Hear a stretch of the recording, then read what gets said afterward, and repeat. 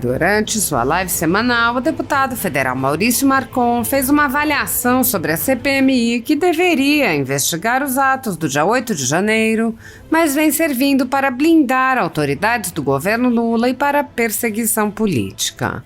Respondendo a uma pergunta sobre os rumos da CPMI e sua utilidade, o deputado disse: "Valeu a pena? Eu acho que valeu. A gente conseguiu mostrar muitas incongruências do governo, muitas omissões. Por óbvio, não vamos conseguir colocar isso no relatório final, porque é controlado pela Elisiane Gama, como todo mundo já sabe, a aliadíssima do Flávio Dino. Então, a gente tem esse pressuposto, esse probleminha na nossa CPMI. Faremos um relatório paralelo que vamos apresentar de forma conjunta." O deputado apontou o problema das pessoas que estão sendo condenadas pelo Supremo Tribunal Federal a penas altíssimas. Ele relatou: "O que tem chamado a atenção é a questão das condenações. A gente tem agora uma senhora de quase 60 anos, já avó, que cuida de uma pessoa totalmente incapaz e que foi condenada pelo Supremo a 14 anos de prisão. Então, a gente vê uma extrapolação sem precedentes no direito brasileiro, onde essas pessoas não vão ter sequer o direito de se defender, porque já estão sendo julgadas pela última instância brasileira, o que é uma coisa completamente inconstitucional."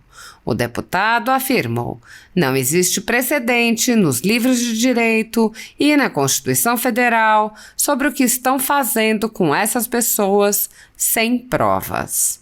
Maurício Marcon apontou ainda: "A gente tem a possibilidade de o Flávio Dino ser indicado ao Supremo, o que seria um tapa na cara da sociedade brasileira. Eu dizia durante a campanha que o pior pesadelo não seria nem o governo Lula, mas as suas indicações para o Supremo Tribunal Federal. E estamos na iminência da indicação de Flávio Dino, um comunista declarado." O deputado acrescentou: "Ele, que se declara comunista, pode fazer parte da Suprema Corte Brasileira. Então, é de se apavorar." Com a tomada da CPMI pelo governo, a comissão repete, inclusive com alguns dos mesmos personagens, a CPI da pandemia, que ficou conhecida como CPI do circo e que serviu principalmente para perseguição política.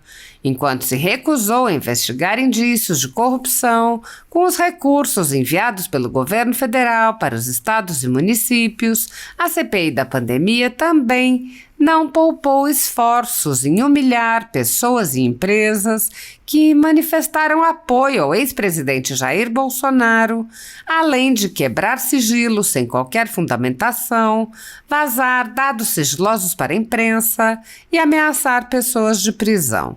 O procedimento é o mesmo observado em inquéritos conduzidos em cortes superiores.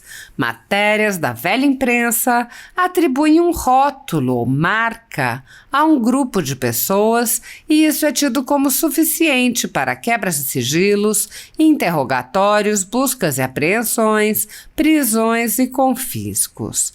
Após promover uma devassa nas pessoas e empresas, no que é conhecido como phishing expedition, os dados são vazados para a velha imprensa, que então promove um assédio de reputações que dá causa a novas medidas abusivas. Conforme vários senadores já notaram, os procedimentos são comumente dirigidos aos veículos de imprensa independentes em evidente tentativa de eliminar a concorrência, controlar a informação e manipular a população brasileira. Em um inquérito administrativo no Tribunal Superior Eleitoral, seguindo esse tipo de procedimento, o ministro Luiz Felipe Salomão ordenou o confisco da renda de diversas pessoas, sites e canais conservadores, inclusive a Folha Política. A decisão recebeu elogios dos ministros Luiz Roberto Barroso, Alexandre de Moraes e Edson Fachin. A decisão não discrimina os conteúdos e atinge a totalidade da renda dos sites com o objetivo de levar ao fechamento dos veículos por impossibilidade de gerar renda. Há mais de 27 meses, todos os nossos rendimentos são retidos sem qualquer base legal. Se você apoia o trabalho da Folha Política e pode ajudar a impedir o fechamento do jornal, doe qualquer valor à empresa Raposo Fernandes através do Pix, utilizando o QR Code que está visível na tela ou o código ajude@folhapolitica.org. Caso não utilize Pix, há a opção de transferência bancária para a conta da empresa Raposo Fernandes, disponível na descrição deste vídeo e no comentário fixado no topo.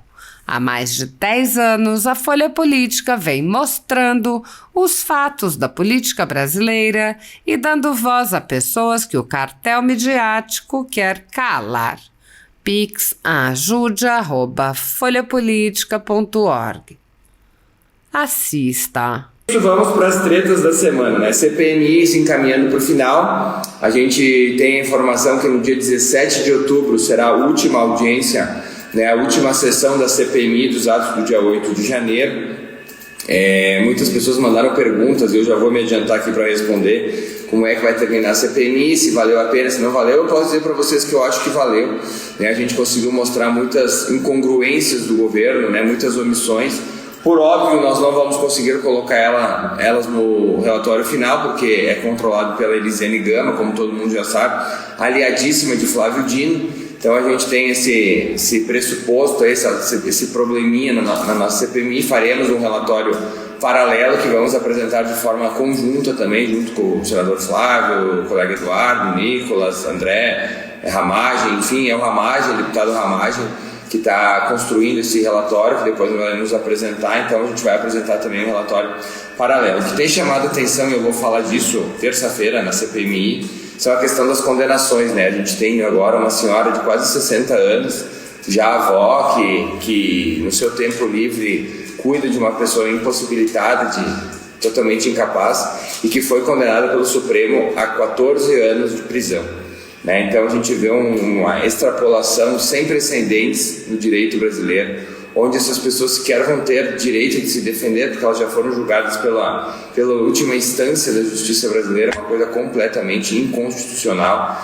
Como diz a Beatriz, que é a nossa advogada, é uma coisa que não existe precedente nos livros de direito, na Constituição Federal, sobre o que estão fazendo com essas pessoas sem provas, né? No caso dela, por exemplo, ela estava dentro do prédio, mas não há prova nenhuma que tenha quebrado alguma coisa. Então, 14 anos por ter entrado na casa do povo, né? Enquanto a gente sabe que tem marginais que assaltaram o Brasil, aí, que roubaram bilhões e bilhões, foram condenados em 3 instâncias, e que esse mesmo Supremo livrou da cadeia. Então a gente vê que está tudo invertido, que o nosso trabalho ainda é muito grande aqui em Brasília, né? E a gente tem agora a possibilidade de Flávio Dino ser o indicado de Luiz Inácio Lula da Silva ao STF, que seria um tapa na cara da sociedade brasileira.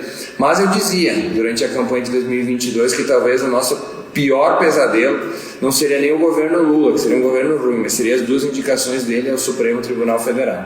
Então a gente tem aí, vive a iminência de uma indicação de Flávio Dino, um comunista declarado, comunismo esse que matou mais de 110 milhões e ainda mata de pessoas no mundo, matou muito mais que o nazismo, para vocês terem uma ideia. Então ele, que se declara comunista, pode fazer parte da Suprema Corte Brasileira. Então é de se apavorar, né? Bom, pessoal, diante de tudo isso, né, estamos em obstrução, como vocês devem ter visto aqui em Brasília, né? Os parlamentares decidiram, a gente vive uma tempestade perfeita, eu diria assim, porque houve a questão do marco temporal, que afeta diretamente a maior bancada da Câmara dos Deputados e do Senado, que é a bancada ruralista, né? O marco temporal, ele coloca sobre discussão a propriedade privada, ou seja, onde você mora hoje. Se houver algum índio que disser que morava aí há 20 anos atrás, você vai ter que sair, né? E essa é a realidade, tá? Eu não estou exagerando. É isso que que o Supremo decidiu. A gente, na mesma linha, tem a questão do Lira querendo mais cargos, né? Vocês devem ter acompanhado aí que o Lira está querendo mais e mais cargos, né? O Centrão é insaciável. E a gente tem a questão do aborto, que também mexeu com as bancadas conservadoras.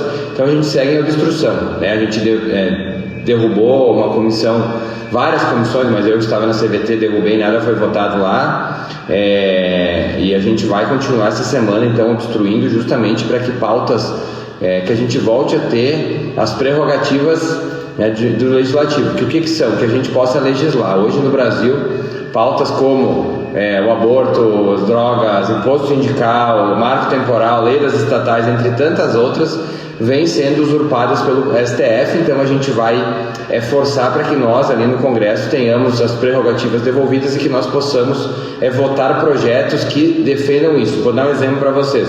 Próximo dia 12, como todo mundo sabe, né, todo o povo de bem do Brasil às ruas de branco, né, protestando contra a liberação do assassinato de bebês, e o nosso senador Magno Malta protocolou então uma PEC. O que é a PEC? Sempre é bom explicar. É uma emenda à Constituição, projeto de emenda à Constituição, ou seja, ele vira algo constitucional, né, dizendo que o assassinato de bebês é algo proibido desde a concepção, ou seja, mesmo que a mulher estiver grávida 2 horas, ele passa a ser proibido que ela assassine esse bebê, que alguém faça isso. Então nós irmos às ruas no próximo dia 12 para incentivarmos que o Pacheco, né, e o próprio Lira coloquem tais projetos em votação na Câmara dos Deputados para que a gente possa voltar essas prerrogativas para a Câmara e para o Senado, algo fundamental para a nossa democracia, tá? Fundamental. Se nós não tivermos isso, eu vou ficar aqui em Brasília passando calor e dando entrevista e não tem mais poder de nada, porque simplesmente o Estado vai ter terminado, porque como a gente conhece como Montesquieu, quando pensou a tripartição de poderes, né, os poderes são harmônicos entre si, mas são independentes, coisa que a gente não tem mais hoje no Brasil. Então essa obstrução total deve levar dias e dias ainda. A gente está empenhado em fazer isso, né, em não votar absolutamente nada. Para vocês terem uma ideia, foi votado um projeto na quarta-feira que era para liberar um créditozinho para os agricultores, cerca de 200 milhões de reais, que é pouco, tá? E ele que seria aprovado em 10 minutos, a oposição conseguiu fazer que demorasse 3 horas para ser aprovado. Então assim, a gente vai continuar isso. O nosso líder Jordi reforçou a ideia de continuar essa obstrução total, e assim a gente vai fazer, tá? Então agora vamos para as perguntas.